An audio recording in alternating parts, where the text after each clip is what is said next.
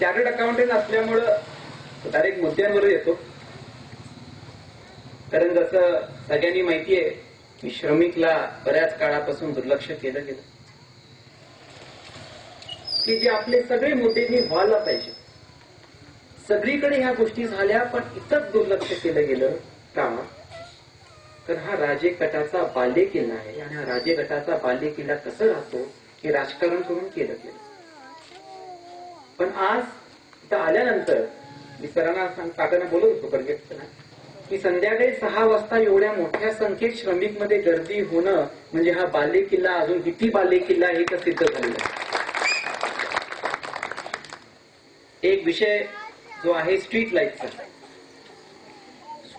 अजूनही चालताना एवढा अंधार आहे की महिलांना सुरक्षित वाटत नाही.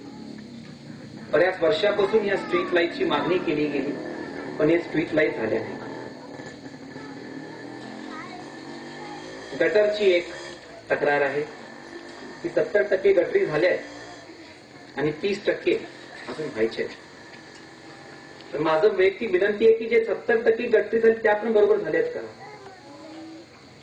नम्रता कुलकर्णी पाठपुरावा करून ते गटरी झाल्या, पण ती तक्रार नम्रताने मला आणली की दादा ज्या गटरी झाल्या त्या नीट पण नाही झाल्या.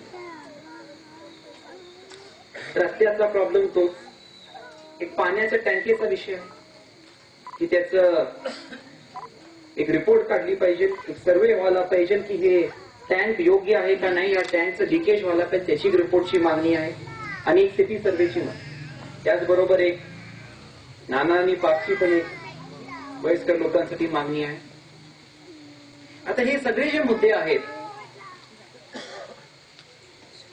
हे भाजपची सत्ता आल्यानंतर हे आपण कसं सोडवू शकू याचं मी 1 मिनिटात सांगतो.